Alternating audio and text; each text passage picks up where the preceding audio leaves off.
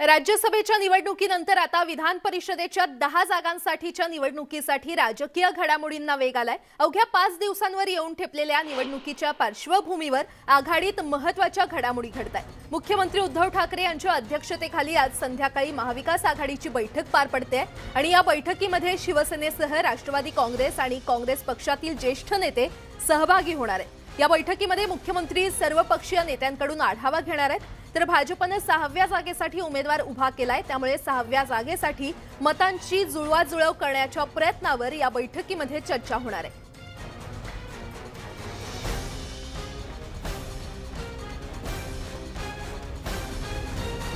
आगामी विधान परिषद निवडणुकीच्या पार्श्वभूमीवर भाजपच्या बैठकीला सुरुवात झाली आहे। भाजप प्रदेश कार्यालयातल्या बैठकीला देवेंद्र फडणवीस, प्रदेशाध्यक्ष चंद्रकांत पाटील, विनोद तावडे, चंद्रशेखर बावनकुळे उपस्थित आहेत।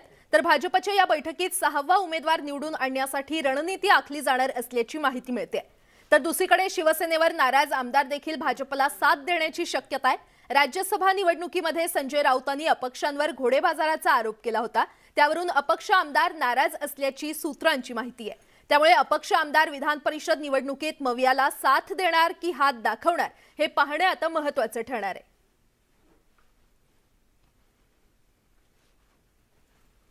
वळूयात पुढच्या बातमीकडे। राहुल गांधींच्या समर्थनार्थ